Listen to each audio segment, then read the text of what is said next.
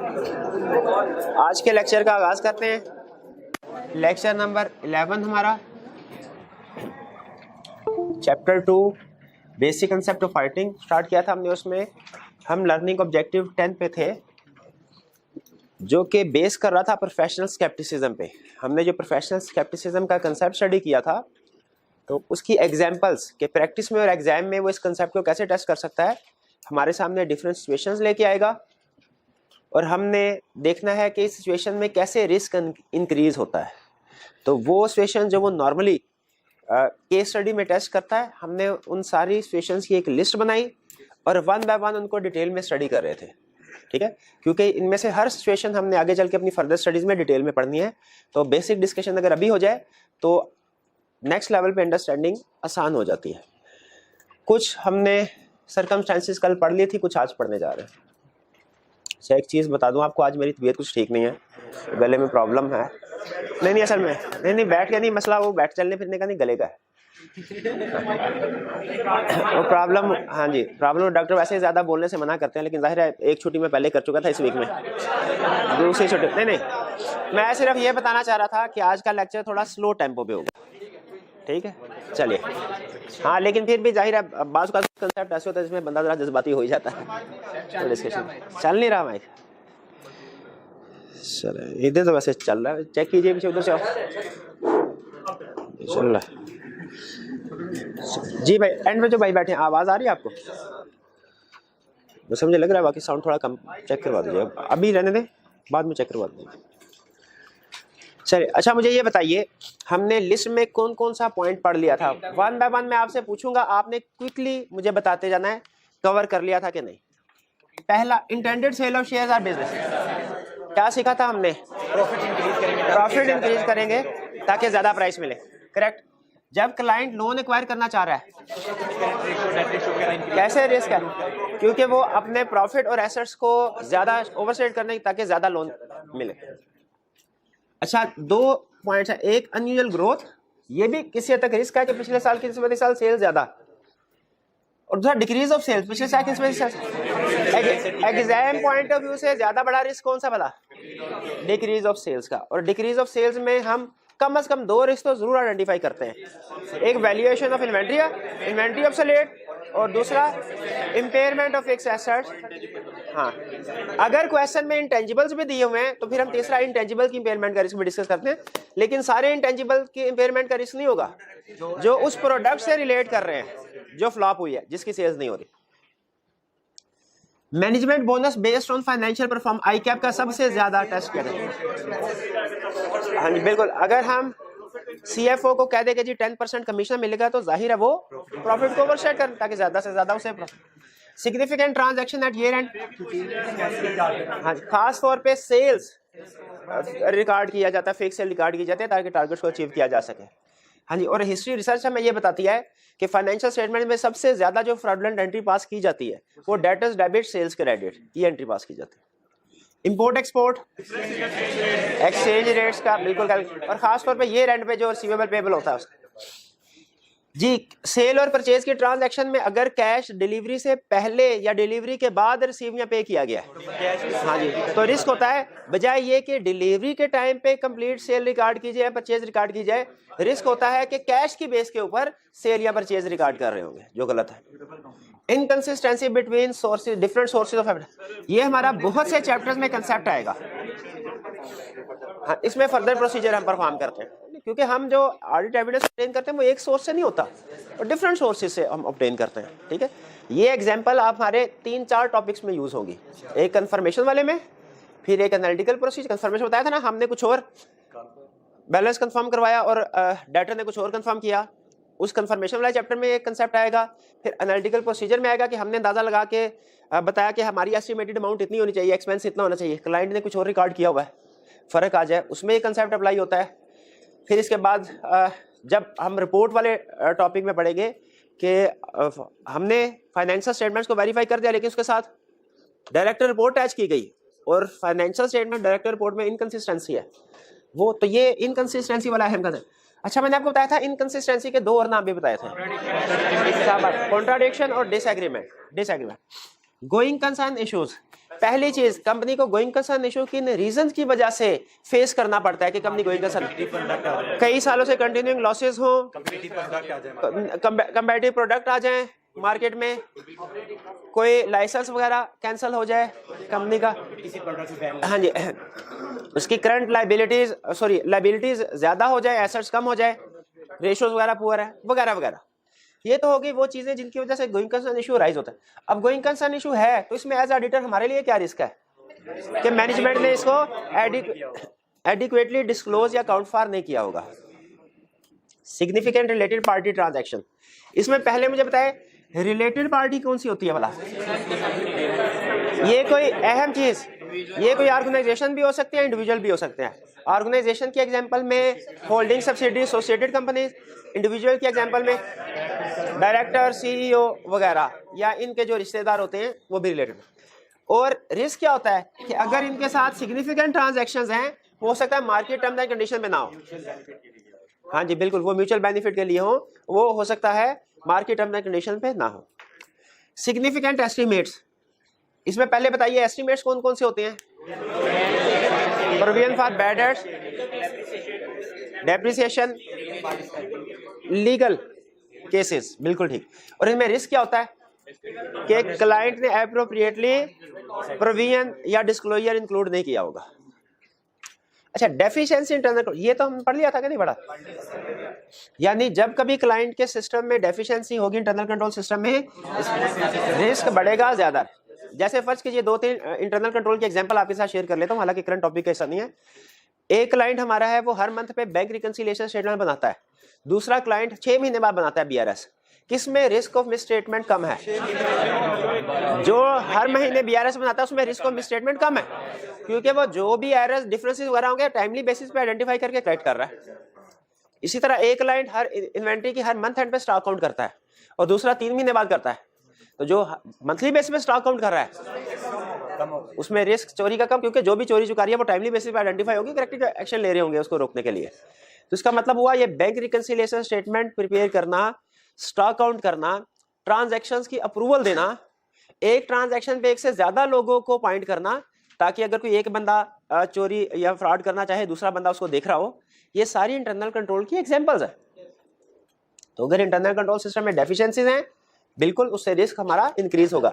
अच्छा, डेफिशिएंसीज को एक दो और नाम भी बताए थे मैं, वीकनेसेस या डेविएशन इंटरनल कंट्रोल, शाबाश। लैक ऑफ कंपिटेंस और इंटेग्रिटी इन मैनेजमेंट और एम्प्लॉय, कंपिटेंस है रिस्क ऑफ एरर, इंटेग्रिटी है risk of fraud, management overall risk financial statement level पे, एम्प्लॉय लेवल।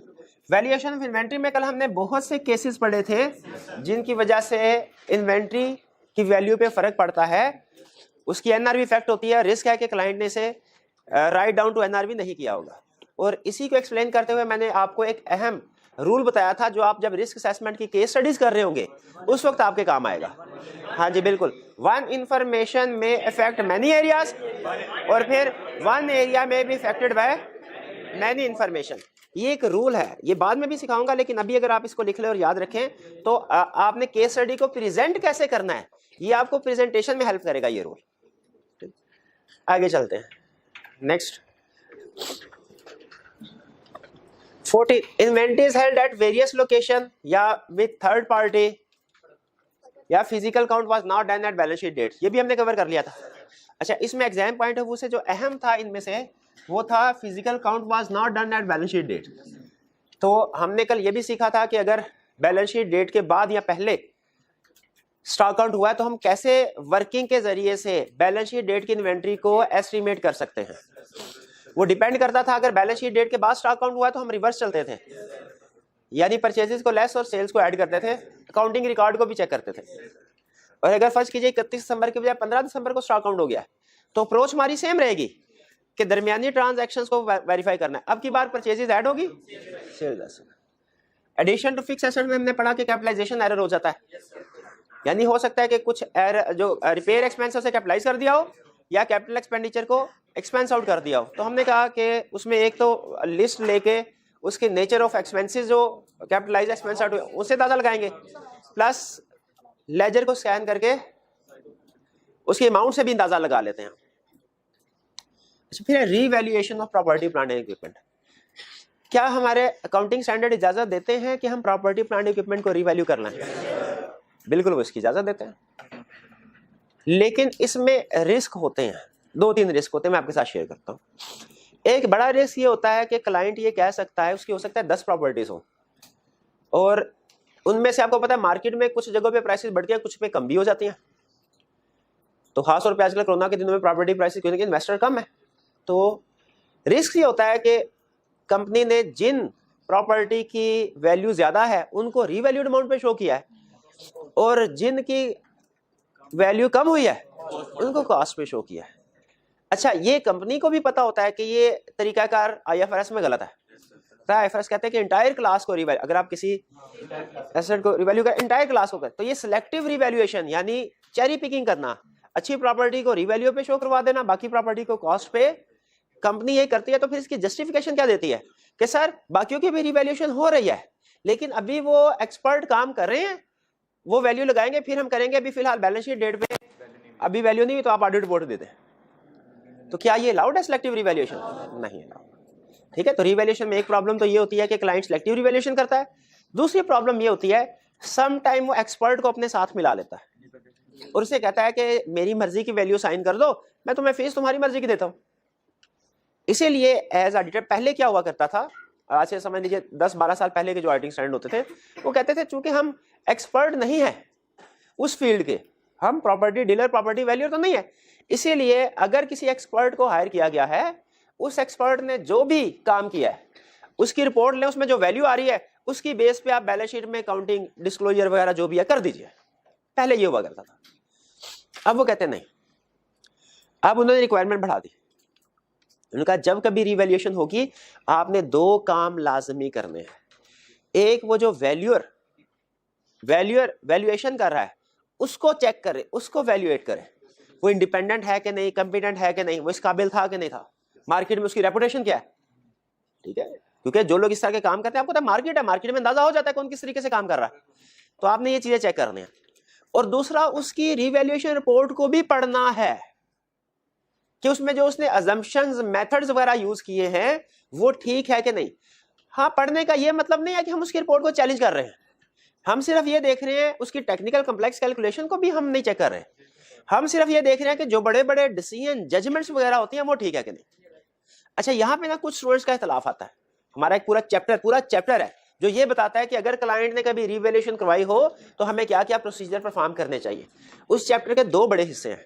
एक हिस्से में कहता है नंबर 1 आपने उस एक्सपर्ट को चेक करना है, नंबर 2 आपने उसके वर्क को चेक करना है, फिर नंबर 3 में छोटी सी बात करता है कि जब दोनों चीजें चेक कर लो ना तो फिर जो उसकी रिपोर्ट है देख लो उसके मुताबिक काउंटिंग और डिस्क्लोजर सही हुआ कि नहीं हुआ। लेकिन जो अहम चीजें क्या करनी है, एक्सपर्ट को चेक करना है और उसके काम। स्टूडेंट कहते हैं सर एक्सपर्ट को चेक करना ये तो हम भी मानते हैं होना चाहिए और हम कर भी सकते हैं, उसकी कॉम्पिटेंस, इंडिपेंडेंस वगैरह को देखे। उसके काम को कैसे चेक कर सकते हैं, हम तो उसकी फील्ड के एक्सपर्ट नहीं है, हम कैसे देख सकते हैं। ठीक है, तो याद रखिए हम उसकी डिटेल वर्किंग को नहीं देख रहे, हम सिर्फ देख रहे हैं बेसिक अजम्पशन उसके ठीक है कि नहीं।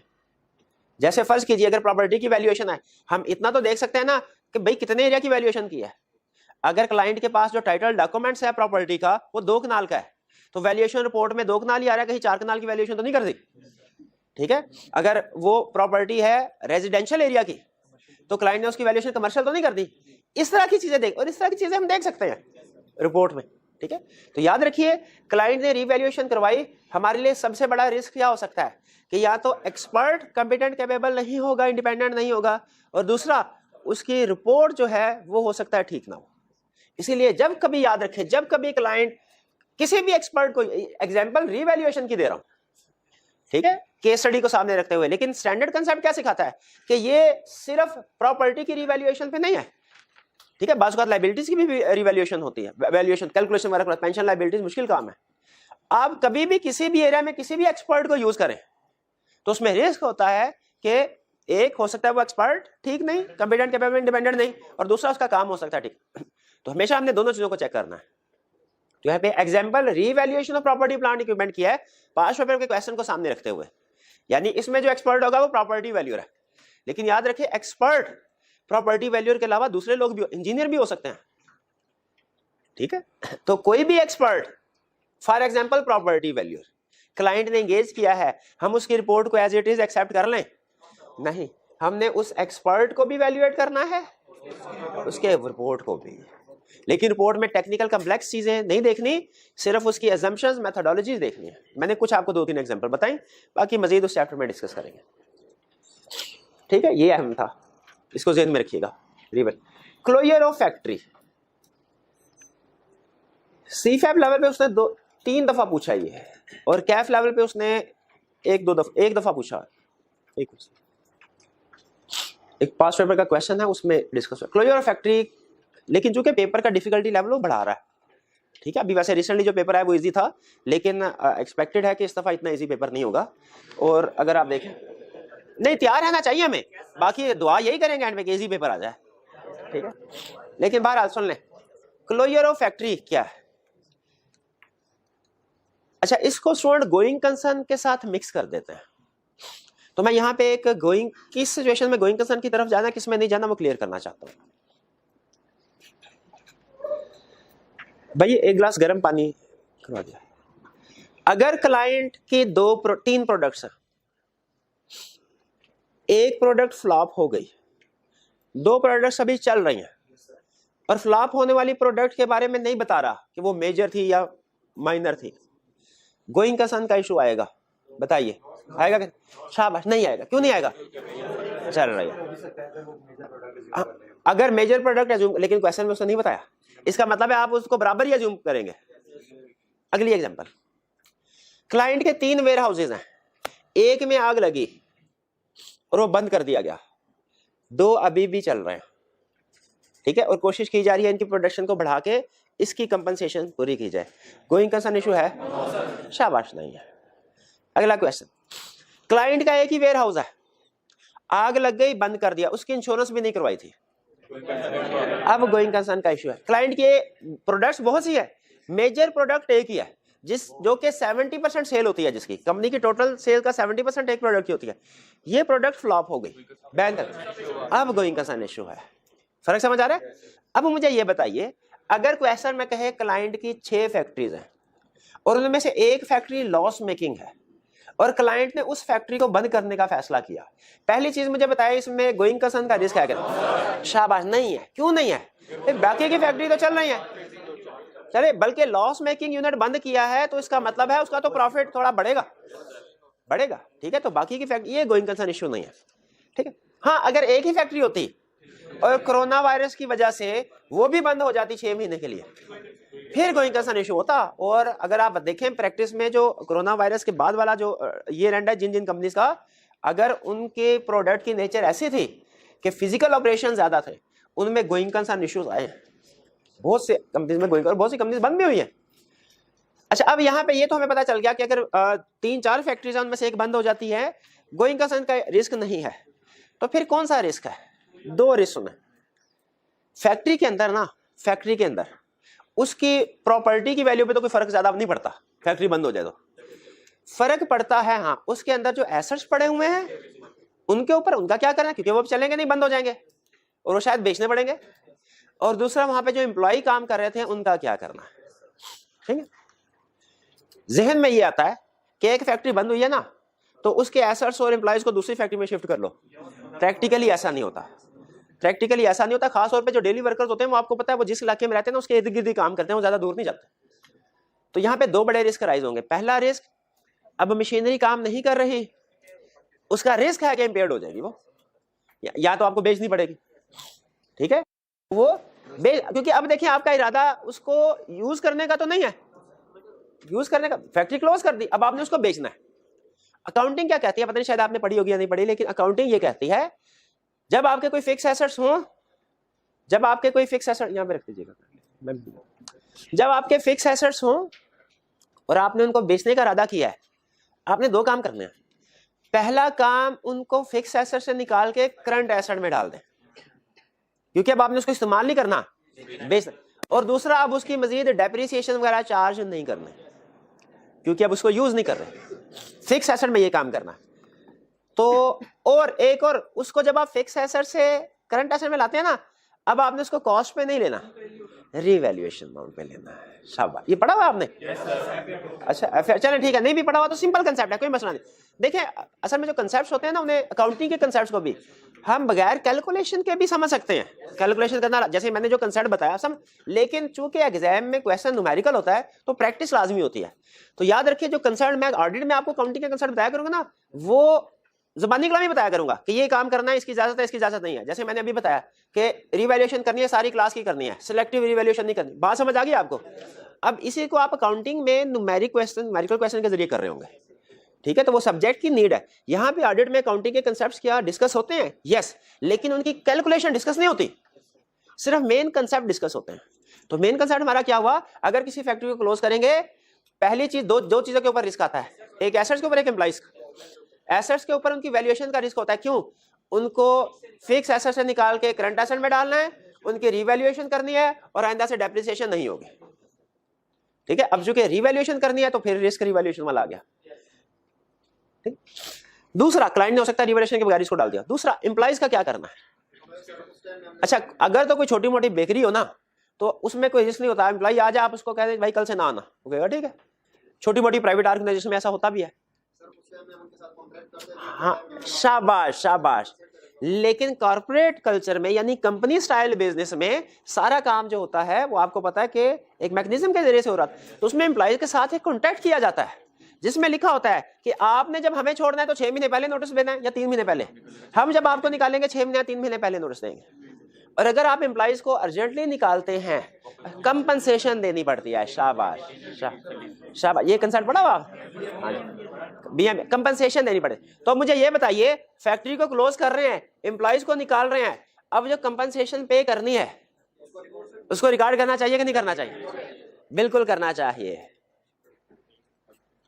हाँ, सवाल,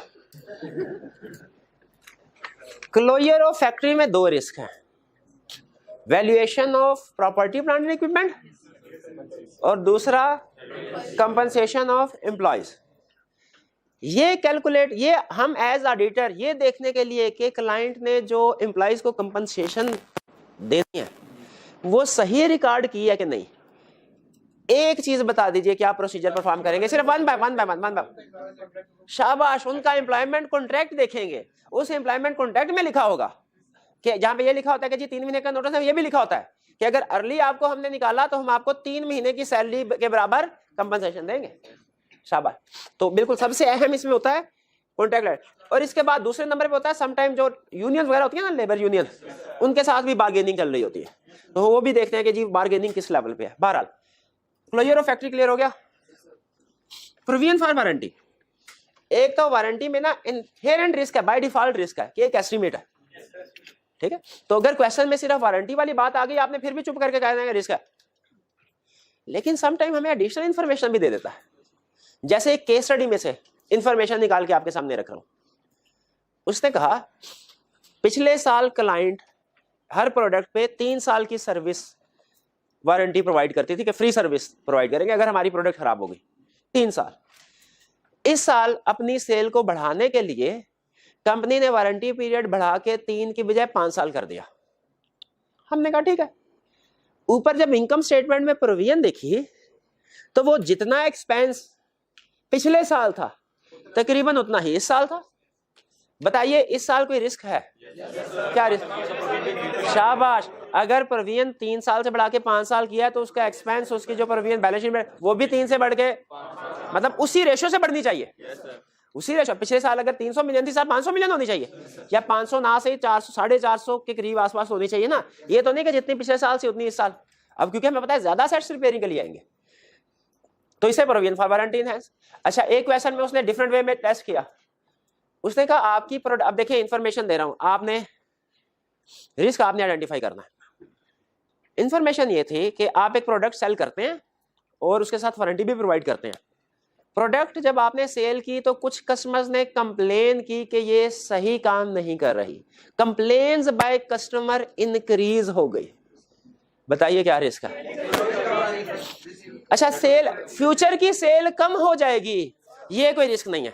क्योंकि क्यों नहीं, पहले ये सुन, क्यों रिस्क नहीं है भला?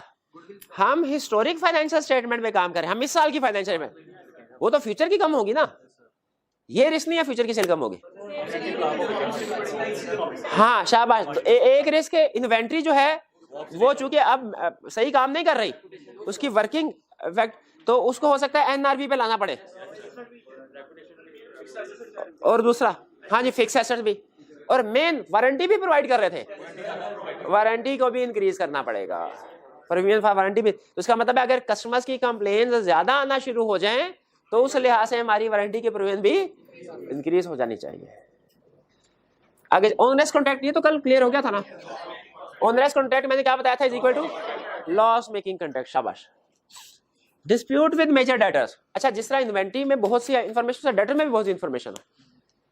पिछले साल की निस्बत इस साल डेटर्स की अमाउंट बहुत ज्यादा हो गई। इसका स्टूडेंट कहने लगा सर इस दफा सेल ज्यादा की होगी। हाँ शाबाश। इस दफा वो जो अगर डेटर पिछले साल के साल ज्यादा है तो इसका मतलब क्या है कि हमने कलेक्शन करने में प्रॉब्लम हो रही, कलेक्शन नहीं हो पा रही। शाबाश। ठीक है, पिछले साल अगर फर्ज कीजिए हम कैलकुलेशन करें और पता चले पिछले साल ऑन एवरेज 30 डेज में कलेक्शन कर लिया करते थे, इस साल ऑन एवरेज 55 डेज में कलेक्शन हो रही है, तो इसका मतलब यह है कि डेटर्स में प्रॉब्लम है, कलेक्शन नहीं हो रहा। किसी डेटर के साथ डिस्प्यूट, झगड़ा आ गया, झगड़ा हो गया। क्वेश्चन में उसने कहा, केस स्टडी के क्वेश्चन में कहा कि आपने, हमें पता चला कस्टमर के साथ एक झगड़ा है डेटर के साथ, आपने डिटेल देखा, उसके ऊपर लिखा हुआ था कि जी हमने जो माल भेजा वो कस्टमर कह रहा है कि आपने टूटा हुआ माल भेजा, जबकि हमने माल ठीक भेजा था। हमारे सीएफओ कह रहे हैं कि नहीं हमने ठीक भेजा, कस्टमर के एम्प्लॉइज ने तोड़ दिया उसको। इसका फाइनेंशियल स्टेटमेंट में क्या इंपैक्ट है?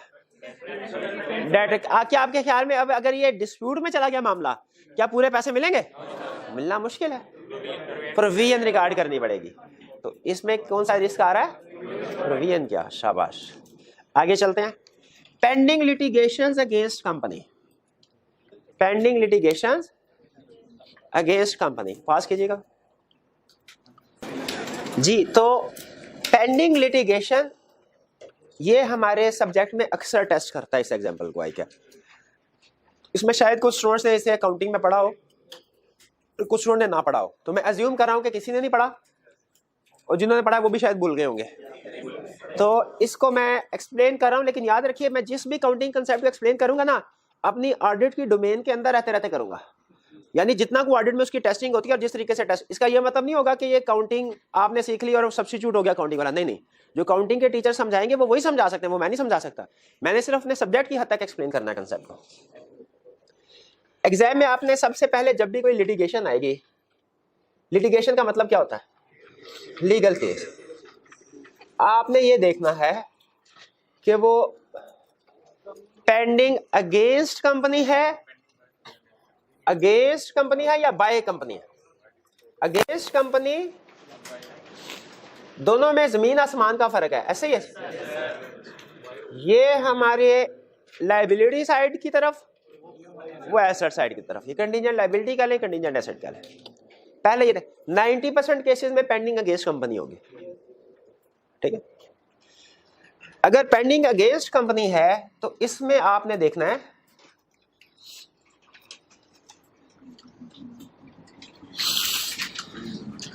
आउटफ्लो, हाँ प्रोबेबल, प्रोबेबल एंड हाँ काउंटिंग में रिलायबल मेजरमेंट कहते हैं, हम सिर्फ मेजरमेंट ही कहते हैं, ये मतलब हुआ इसका। आउटफ्लो प्रोबेबल और मेजरेबल है कि नहीं, ठीक है जी। इधर आउटफ्लो प्रोबेबल मेजरेबल, तो क्या करना है वो लिखेंगे, और इधर क्या लिखेंगे? Outflow not probable and measurable. यानी ये जहन में रखिएगा, यहां पे मैं बात कर रहा हूं आउटफ्लो प्रोबेबल एंड मेजरेबल, यानी दोनों चीजें होना जरूरी है। एक चीज है दूसरी चीज नहीं है तो वो फिर इस साइड पे नहीं आएगा, वो इधर आ गया। अगर क्वेश्चन में कि प्रोबेबल है मेजरेबल नहीं है तो वो ये कैटेगरी नहीं है, ठीक है, ये राइट वाली आ गई। अगर आउटफ्लो प्रोबेबल एंड मेजरेबल है तो क्या करें? प्रोविजन रिकॉर्ड करें। क्या करें? प्रोविजन रिकॉर्ड करें। और अगर outflow not probable and measurable है, डिस्क्लोज करते हैं उसको। अच्छा, यहाँ पे जिन स्टूडेंट्स ने काउंटिंग पढ़ी है उनसे मेरा सवाल है, जिस चीज की हम प्रोविजन रिकॉर्ड करते हैं अगर वो अमाउंट ज्यादा सिग्निफिकेंट हो, उससे रिलेटेड डिस्क्लोजर भी आता है कि नहीं आता? आता है, हाँ हाँ ठीक है। तो पर एक केस स्टडी के सोल्यूशन में ना उसने कुछ इस तरह की बात कर दी कि हमें देखना चाहिए कि इस प्रोविजन की काउंटिंग और डिस्क्लोजर ठीक हुआ है कि नहीं। तो स्टूडेंट ने कहा सर काउंटिंग तो समझ आती है, यहाँ पे लफ्ज डिस्क्लोजर नहीं होना चाहिए था, क्योंकि डिस्क्लोजर तो तब आता है जब outflow not probable and measurable हो। तो याद रखिए अगर प्रोविजन बड़ी है तो उसको एक्सप्लेन करने के लिए डिस्क्लोजर आता है। जैसे जहां तक मुझे याद है, मैंने जब अकाउंटिंग पढ़ी थी उस वक्त एस्टीमेट्स में एक होता था कि आप एस्टीमेट अप्लाई करते हैं ना, वो चेंज कर सकते हैं, लेकिन अगर एस्टीमेट सिग्निफिकेंट चेंज हुआ है तो जो चेंज सर्कमस्टेंसेस है वो आपने डिस्क्लोज करनी होती है। इस तरह की चीज थी, अभी भी है। हाँ, तो याद रखिए जिस चीज को रिकॉर्ड करते हैं अगर वो सिग्निफिकेंट हो उसको डिस्क्लोज भी कर सकते हैं। हाँ, इसको सिर्फ डिस्क्लोज करेंगे, क्लियर? तो आउटफ्लो प्रोबेबल एंड मेजरेबल है तो प्रोविजन रिकॉर्ड करनी है। अगर प्रोबेबल मेजरेबल दोनों में से कोई एक चीज भी नहीं तो क्या करना है? डिस्क्लोज करना। अच्छा, मैं यहाँ पे थोड़ी मजीद डिस्कशन चाह रहा हूँ आपसे। प्रोबेबल का मतलब क्या है? कितने परसेंट चांस हो? More than 5%? नहीं नहीं नहीं नहीं, हमें हमारे टीचर सिखाया करते थे अगर किसी चीज का 5% से कम चांस है अक्ररेंस होने का उसे कहते हैं रिमोट, अगर 5% से 50% है उसे कहते हैं पॉसिबल, और अगर मोर देन 50% है 95% तो प्रोबेबल, और अगर मोर देन 95% चांस है वर्चुअली सर्टन। यही बताते हैं ना। तो यहाँ पे प्रोबेबल का मतलब क्या है? मोर देन 50, चाहे तो लिखना चाहे तो लिख ले, मोर देन 50%। आई कैप ने परसेंटेजेस नहीं, परसेंटेज की बजाय वो ऑडिट में वर्ड यूज कर लेता है प्रोबेबल या पॉसिबल, ये वर्ड यूज कर लेता है, लेकिन परसेंटेज भी हमें पता होनी चाहिए, हो सकता है कहीं परसेंटेज दे दे। 50 से 95%, मोर देन 50 और 95 प्रोबेबल, और 95% से ऊपर वर्चुअली सर्टन। अच्छा, मेजरेबल का क्या मतलब है? अमाउंट मेजर की जा सके। अच्छा, ये प्रोबेबल और मेजरेबल कैसे पता? लीगल केस में जब कभी भी हमारे एग्जाम में लीगल केस आ गया, लिटिगेशन आ गई, हमारा एक प्रोसीजर लाजमी लिखेंगे हम, वो क्या है? लॉयर से कम्युनिकेशन करेंगे, शाबाश। वकील बताएगा हमें प्रोबेबल एंड मेजरेबल है कि नहीं। वकील का जवाब आया, वकील ने कहा सर प्रोबेबल है 10 मिलियन पे करना पड़ेगा, 10 मिलियन मेजरेबल है कि नहीं है? अगर वकील कहता है सर हम हार तो जाएंगे ये मुझे पता है, लेकिन कितनी पेनल्टी पे करनी पड़ेगी ये मुझे नहीं पता, नॉट मेजरेबल। ठीक है, आगे क्या करना है वो तो आपको पता ही है, मैं सिर्फ आपको प्रैक्टिस करवा रहा हूं मेजरेबल की, कब मेजरेबल है कब मेजरेबल नहीं, एग्जाम क्वेश्चन को सामने रख के। वकील ने कहा सर केस अभी शुरू में है, अभी कुछ भी कहना मुश्किल है, ये जवाब आया नॉट मेजरेबल। ठीक है, वकील ने कहा सर कि ये प्रोबेबल है, इट इज प्रोबेबल कि हम हार जाएंगे, अमाउंट कितनी पे करनी पड़ेगी? 10 से 25 मिलियन तक। ये बताइए मेजरेबल है कि नहीं जी? मेजरेबल है क्या अमाउंट? 10 मेजरेबल है, 25 मिलियन है कि दोनों की एवरेज? अगर आप इसको थोड़ा कंसेप्चुअली इंटरप्रेट करें ना, तो वकील कह रहा है सर कम से कम 10 मिलियन तो पे करना ही पड़ेगा, हो सकता है 15 मिलियन मजीद भी पे करना पड़ जाए। तो इसकी इंटरप्रिटेशन ये बनती है 10 मिलियन मेजर करना है, वो पे करे, 10 मिलियन की प्रोविजन रिकॉर्ड होगी, ऊपर का 15 मिलियन डिस्क्लोजर में आएगा। ठीक है, आखिरी क्वेश्चन, उसने कहा सर अमाउंट पे करनी पड़ेगी कितनी? 0 से लेके, यहीं भी लिख देते हैं, 0 से लेके 10 मिलियन तक। मेरा ख्याल ये है कि इसमें 5 मिलियन की प्रोविजन रिकॉर्ड होनी चाहिए, दोनों का एवरेज। नो प्रोविजन, शाबाश, क्योंकि वो 1 रुपये सर्टन 1 रुपये के बारे में भी नहीं है, प्रोबेबल 1 रुपया भी नहीं है, तो अगर कभी अमाउंट बता दे और कह दे प्रोबेबल है, आंखें बंद करके उसकी प्रीवियस रिकॉर्ड करें। लेकिन जब कभी रेंज बताए ना, रेंज, जब कभी भी रेंज बताए, जो लोअर अमाउंट है उसकी प्रीवियस आएगी और बाकी अमाउंट के डिस्क्लोजर आएगा। ये समझ, ये केस स्टडी में ये टेस्ट कर रेंज देगा। जेल में तो तैयार है, हैंडल कर लेंगे। चलिए, अब ये तो थी हमारी लायबिलिटी वाली साइड। अब एसेट वाली साइड पे आ जाए। अगर केस हमने फाइल किया है और इनफ्लो, अब की बार आउटफ्लो नहीं, इनफ्लो,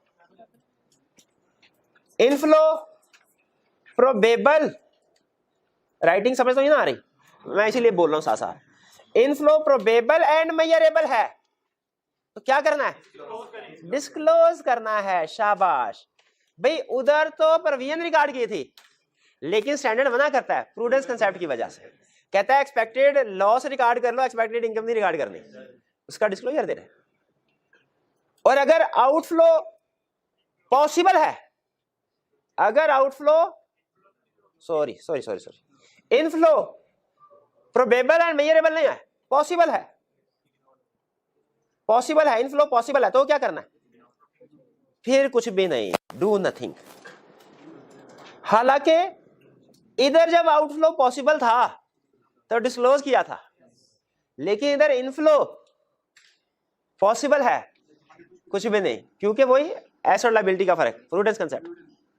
अच्छा, मुझे बता सकते हैं कब हम रिकॉर्ड करते हैं कंटीजेंट एसेट? जब वर्चुअली सर्टन हो, ये वर्चुअली सर्टन मैंने लिखा है, तब प्रोविजन रिकॉर्ड करते हैं। जब वर्चुअली सर्टन हो तब प्रोविजन रिकॉर्ड की जाती है। बात समझ आ रही है?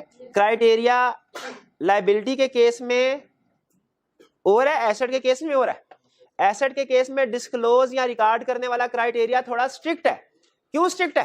प्रूडेंस कंसेप्ट की वजह से। तो ये कहानी सारी समझ आ गई? जी जी जी, हाँ जी। इनफ्लो पॉसिबल है, डिस्क्लोज करने से मना किया हुआ है। ये पास पेपर का एक क्वेश्चन था जिसमें अक्सर स्टूडेंट, ये 3 साल पहले शायद उसने टेस्ट किया था, अक्सर स्टूडेंट ने गलती कर दी।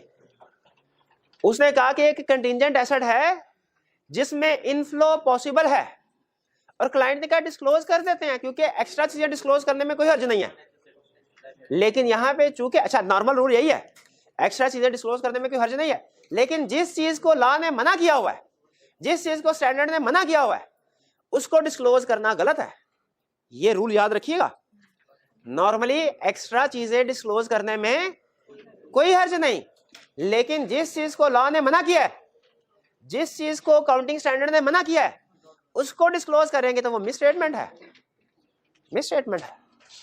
ठीक है? क्या हम क्लाइंट की कॉन्फिडेंशियल चीजें जो हमें पता चली जनरल पब्लिक को डिस्क्लोज कर सकते हैं? कि भाई डिस्क्लोज करने में क्या हर्ज है? नहीं, मना किया उन्होंने, तो जो चीजें मना हो उनको डिस्क्लोज करेंगे, मिसस्टेटमेंट होगी। इसीलिए अगर कोई कंटिंजेंट एसेट में इनफ्लो हमारा पॉसिबल है, डिस्क्लोज नहीं करना, कुछ नहीं करना। अगर इनफ्लो प्रोबेबल है, डिस्क्लोज करें, और अगर वर्चुअली सर्टन है तो वी रिकॉर्ड करें। चले, बस ये क्लियर हो गया। ये पेंडिंग लिटिगेशन था, चूंकि अहम कंसेप्ट था, बार बार पूछते हैं आप। कुछ चीजें ऐसी होती है जो घुमा फिरा के आई क्या हर अटेम्प्ट में पूछता है, उस पर फिर हमारी कोशिश होती है थोड़ा टाइम ज्यादा लगा दें। जी जी, प्रोविजन फॉर रिसीवेबल, जी एसेट कर ले, एसेट कर ले, रिसीवेबल कर ले, वर्चुअली सर्टन क्या कर ले, रिकॉर्ड कर ले, रिकॉर्ड का लफ्ज लिख देते हैं। वर्चुअली सर्टन है तो रिकॉर्ड कर, हाँ अभी रिकॉर्ड कर ले, वर्चुअली सर्टन है तो। अच्छा मुझे ये बताएं, बल्कि एक और केस स्टडी से लिंक कर देता हूं। हमारी कंपनी आग लगी, क्लाइंट को आग लगी, उसने इंश्योरेंस करवाई, क्लाइंट के एसेट्स को आग लग गई, इंश्योरेंस करवाई हुई थी, क्लाइंट की नहीं, क्लाइंट के एसेट इंश्योरेंस करवाई थी। इंश्योरेंस अभी अंडर प्रोसेस इन्वेस्टिगेशन है। क्लाइंट ने जो जितना क्लेम था 400 मिलियन का, उसको रिसीवेबल रिकॉर्ड कर लिया। ठीक है, क्या गलत? क्यों? Virtually certain. अच्छा, वर्चुअली सर्टन कब होगा बता सकते हैं? जब इंश्योरेंस कंपनी अपनी लायबिलिटी एडमिट कर लेगी, वो लेटर के जरिए बता देगी हमारी इन्वेस्टिगेशन कंप्लीट हो गई है और अब हम हमको 250 मिलियन पे कर रहे हैं, ये चेक साथ लगा हुआ है। जब ये चेक चाहे साथ ना भी लगाओ, अगर इंश्योरेंस कंपनी अपनी लायबिलिटी एडमिट कर लेना कि हाँ जी हमारी इन्वेस्टिगेशन कंपनी हम आपको इतने पैसे देने जा रहे हैं, तब वर्चुअली सर्टन हुआ। जब इन्वेस्टिगेशन चल रही है तो रिसीवेबल वर्चुअली सर्टन नहीं है। आप डिस्क्लोज तो कर सकते हैं उसको, उसके रिसीवेबल के तौर पे रिकॉर्ड नहीं कर सकते। तो अगर कभी केस स्टडी में इंश्योरेंस का केस आ गया तो आपने डिसीजन करते हुए ये बात जहन में आए कि रिसीवेबल तब रिकॉर्ड होना चाहिए जब इंश्योरेंस वाले एडमिट कर ले। अगर इंश्योरेंस वाले ने अभी एडमिट नहीं किया तो ये रिसीवेबल रिकॉर्ड नहीं होगा। तो इंश्योरेंस रिसीवेबल कंपनी ने रिकॉर्ड किया, आप क्या एविडेंस मांगेंगे उससे? भाई इंश्योरेंस कंपनी का लेटर बता देख लीजिए, एग्रीमेंट, बिल्कुल। अच्छा, इंश्योरेंस कंपनी क्लाइंट ने कहा अभी रिकॉर्ड नहीं किया हुआ क्योंकि चल रहा है, इन प्रोसेस है, एग्जाम में केस स्टडी आ गई, एसेट जले, इंश्योरेंस वाले इन्वेस्टिगेशन कर रहे हैं, अभी क्लाइंट ने उसको डिस्क्लोज किया हुआ है। हमने पूछा क्यों किया, उसने कहा सर वर्चुअली सर्टन तो नहीं है क्योंकि अभी चल रही है, लेकिन प्रोबेबल है, पैसे मिल जाएंगे, हमने डिस्क्लोज किया है। इसकी वेरिफिकेशन के लिए दो प्रोसीजर, जो दोनों प्रोसीजर बताएगा, दोनों प्रोसीजर, इंश्योरेंस क्लेम की वेरिफिकेशन के दो प्रोसीजर। एक मिनट हरे, पहले मैं तरतीब लगा लूं, 1 2 3 4 5 बस। अब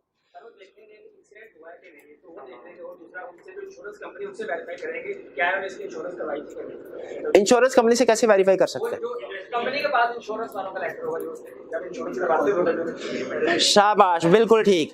दो, बल्कि दो क्या, उन्होंने 3 प्रोसीजर बता दिए। उन्होंने कहा जब कभी केस स्टडी में इंश्योरेंस का केस आए, केस स्टडी में जब कभी इंश्योरेंस का केस आए, आग लगी है सर, हम हमेशा 3 प्रोसीजर परफॉर्म करेंगे। कौन से? पहला, उस प्रेमिसेस को जाके ऑब्जर्व करेंगे, देखेंगे आग लगी कि नहीं लगी। ठीक है, बहुत आग लगे, ठीक है, चले।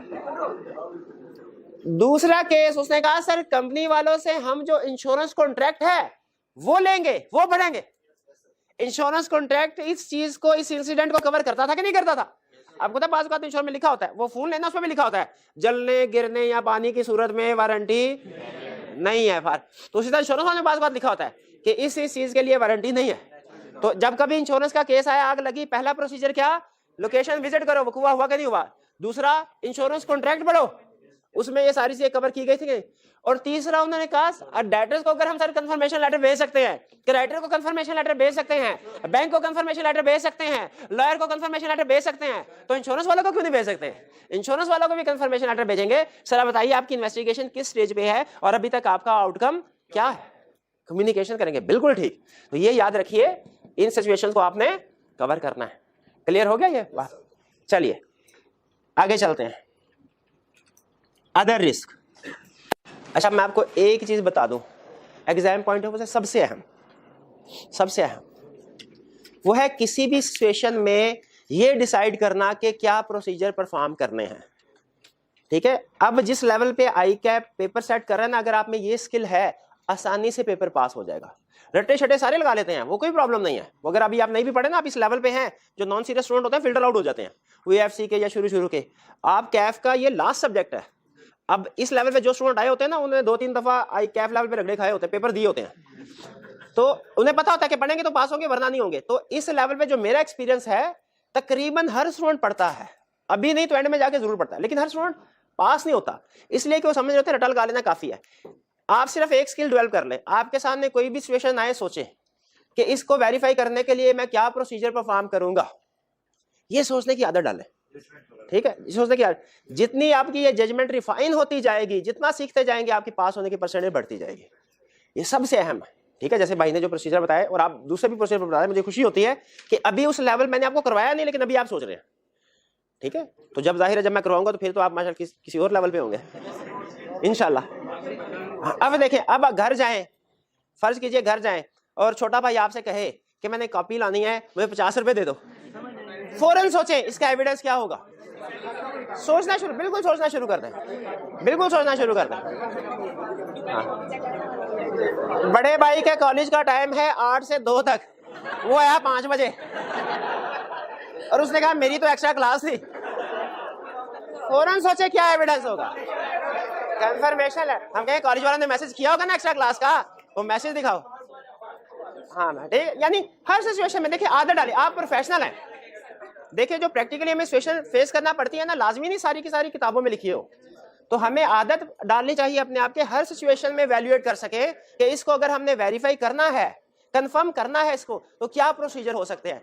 यही एक वाहिद स्किल है, वाहिद स्किल है जिसे मैं कहूंगा कि अगर आप में ये डेवलप हो गई तो आप ऑडिटर बन गए, और एग्जाम में हर केस स्टडी आप इंशाल्लाह सॉल्व कर सकते हैं, चाहे वो उससे पहले आपने कभी पढ़ी भी ना हो, आपको अंदाजा हो जाएगा। क्योंकि वो उसकी भी ना एग्जामिनर की भी लिमिटेशन है, उसने हमें जो सिलेबस दे दिया है ना और किताब दे दी है, उसने अपने आप को बांध दिया है, वो जितना मर्जी जोर लगा ले इससे बाहर नहीं जा सकता। और अगर हमने इसके अंदर रहते हुए सारी चीजें कवर कर ली है तो हम कंफर्टेबल हैं। चलिए आगे चलते हैं। अच्छा ये मेजर रिस्क तो मैंने सारे कवर कर दिया, अब कुछ है छोटे। अच्छा कंटीजेंट लायबिलिटी, कंटीजेंट ये भी हो गया, ये कंटीजेंट लायबिलिटी का ये इसके साथ ही हो गया ना, इसको भी okay. Restricted schedule for audit, बाज़ औक़ात क्लाइंट हमें कहता है सर ये एंड है हमारा 31 दिसंबर 2020, मुझे ऑडिट रिपोर्ट चाहिए 15 जनवरी 2022 को, सॉरी 2020 बोला मैंने, हाँ 2020 ईयर एंड 31 दिसंबर, और मुझे 15 जनवरी 2021 यानी 15 दिन के बाद ऑडिट रिपोर्ट चाहिए। ये है restricted schedule for audit, restricted time कर दे। रिस्क है कि नहीं? क्या रिस्क है भला? हमें काम करने को टाइम कम मिलेगा, we may not be able to obtain sufficient appropriate audit evidence. लेकिन प्रैक्टिस में क्लाइंट हमें ये रिक्वेस्ट करता होता है, प्रैक्टिस में क्लाइंट हमें ये रिक्वेस्ट, अगर क्लाइंट ये रिक्वेस्ट करता है तो फिर प्रैक्टिस वाले क्या करते हैं? हाथ उठा के बताइए जी, बताइए। एश्योरेंस लेवल कम कर, नहीं, वो क्लाइंट ने जो कह दिया सो हम उसी के ऊपर रहते हैं, वो रीजनेबल एश्योरेंस ही रहेगी, एश्योरेंस लेवल कम नहीं करें भाई, वन बाय वन सैम्पलिंग कम कर, नहीं रीजन हमने इस सूरत में रीजनेबल एश्योरेंस दे रहे हैं ना, वो कम नहीं किया तो हम अपने प्रोसीजर कैसे कम कर सकते हैं? एक मिनट है जी, टीम बढ़ा लेंगे, ये भी नहीं जी, जजमेंट सप्लाई करेंगे ज्यादातर, रिस्क वाले एरियाज को उनको ज्यादा, वो तो वैसे भी हम करते हैं भाई। एक मिनट है, वो देखिए भाई हर तरह ऑडिट नहीं करेंगे, आपने अपना क्लाइंट दूसरे के पास भेज दिया, उन्होंने एक्सेप्ट कर लिया, वो देखिए बता रहे हैं क्या मेरे, ये रेंट से पहले ऑडिटिंग स्टार्ट कर देंगे, शाबाश, ये रेंट से पहले ऑडिटिंग स्टार्ट कर देंगे। अपने 80% प्रोसीजर नवंबर दिसंबर में कर लेंगे, अपने 80% प्रोसीजर जी 80 जी, हाँ अगला सवाल मेरा यही था, 80-90% प्रोसीजर हम नवंबर दिसंबर में कर लेंगे और बाकी थोड़े बहुत प्रोसीजर जो है वो हम जनवरी में करेंगे। लेकिन अगला क्वेश्चन मेरा ये है, नवंबर में जब हम प्रोसीजर परफॉर्म कर रहे होंगे, फाइनेंशियल स्टेटमेंट्स तो अभी बनी ही नहीं होंगी, तो क्या करें? अच्छा भाई देखें, जिसने सवाल उठाया है ना वो तो जवाब ना दे, आप खुद ही सवाल उठा के खुद ही उसका जवाब ही दे रहा है, इसका ये जी।